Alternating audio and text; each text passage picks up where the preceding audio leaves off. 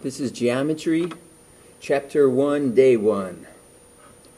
We're looking at several definitions for a point.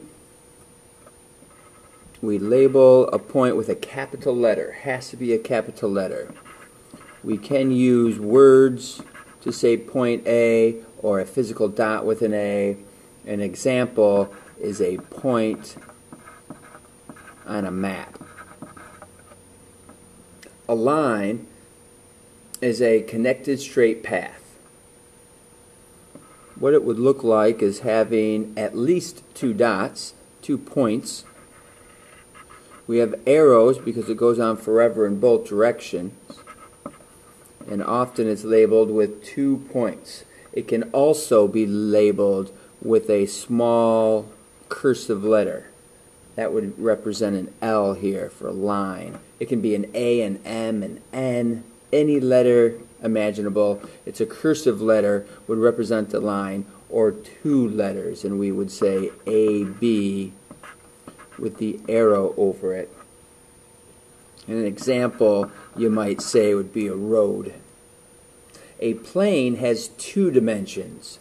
It's kind of like a sheet of paper, except it goes on forever in both directions. It's going to have a very bold letter in the corner, a very dark letter in the corner, so it's called plane Z. This is a surface. There can be points on that surface. Another way to name the plane is to use 3 letters. Any 3 letters that are points on it. Z is not a point on the plane, so A, B, C. So an example of that would be a piece of paper, the floor, you could even say a wall.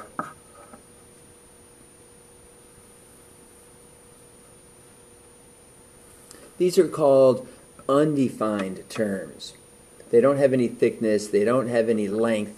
You can't actually measure or touch them. It's just the concept of what's happening. When we come down here to defined terms, these actually have some measurement to them. A line segment, we often just call it a segment, is a portion of the full line. You're going to have 2 endpoints. You can have them to be any letters you wish. They're going to be capital letters. The notation for that is ED with a segment bar above it. No arrows like we had for line. A ruler would be a real world example, or a pencil. A ray is a portion of a line. It has a starting point and then it goes forever in the opposite or in a direction. There's not really an opposite direction. So we have an end point that is C. We have any point along the line. In this case we'll label it T. Our notation for a ray is an arrow because it goes on forever in one direction, and an endpoint, kind of like the segment does, 2 endpoints. It has an endpoint. Notice how the endpoint is with C, so we put the non-arrow over the C. It goes through the T, so we put the arrow over the T. A flashlight, you shine a light and it shoots off in one direction. Opposite rays.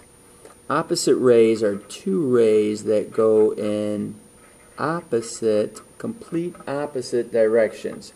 They will always share a common point.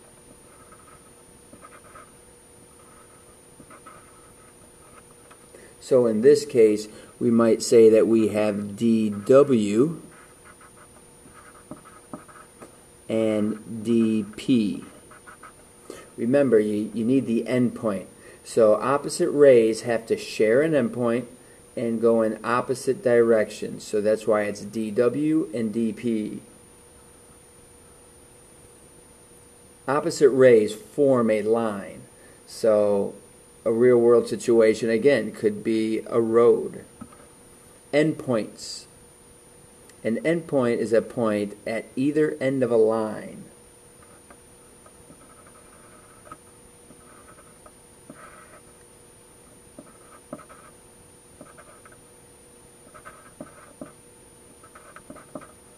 That's an endpoint, and that's an end point.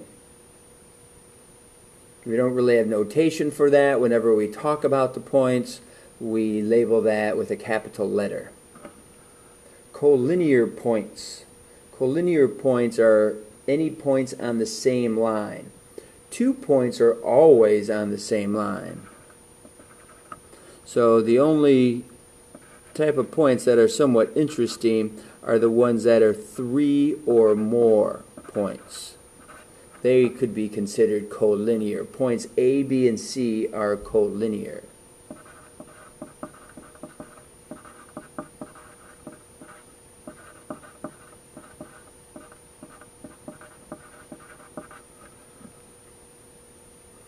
And then coplanar would be points on the same plane. So here we could have our wall or sheet of paper, and then you're going to have points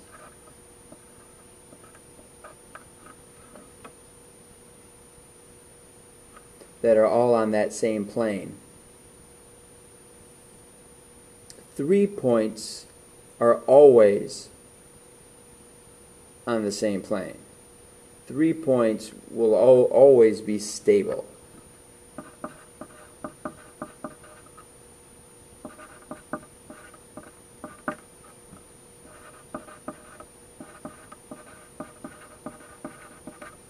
But to have a 4th point,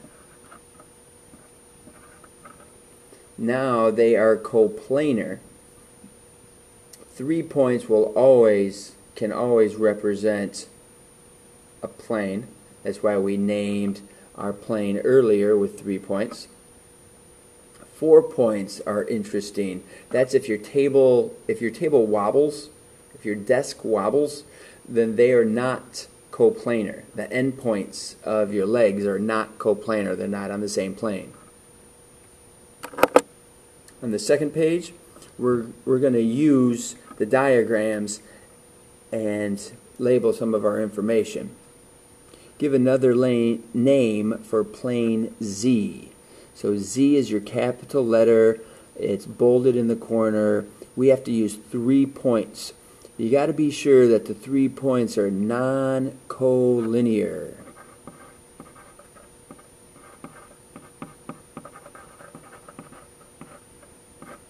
They have to be non-collinear.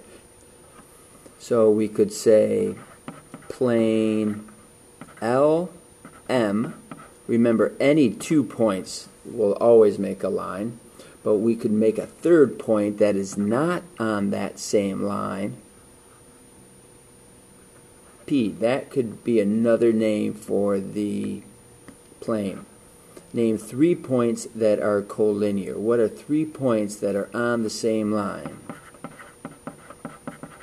Points L, M, and N. 4 points that are in the same plane. L, M, N, and P. They are all in the same plane. Give 2 names for line LN. LN, you can call that LM. That would be fine. That would still be the same exact line. You could also give it line B. Has a small B here in the corner. That's representing that this line is called B. This line here would be called line A. Name a point that is not coplanar, not in the same plane, with L, N, and P. L, M, and P, a point that's not in the same plane. This Q is supposed to be above it. So we have the flat table, where these are 3 points on the table, and then we have one floating up in the air. Give another name for segment VX.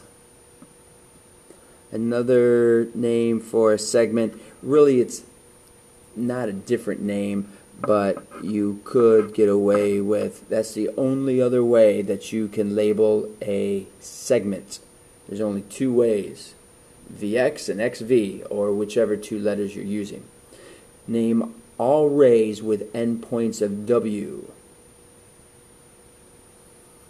So we would have WX with the arrow going over the X, and WV with the arrow going over the V. You could have WY with the arrow going over the Y, or WZ with the arrow going over the Z. Both of those, these are opposite rays, and these are opposite rays, because WY and WZ go in opposite directions. Are VX and XV the same ray? They're not the same ray, because V through the X goes forever through the X, but X through the V goes in the other direction. So they're not the same. Are VW, V through W, and V through X the same ray? Yes, they both have the same endpoint and continue in the same direction.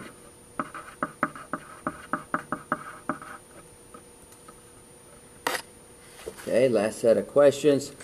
Name the intersection. What intersects with line MX and line A?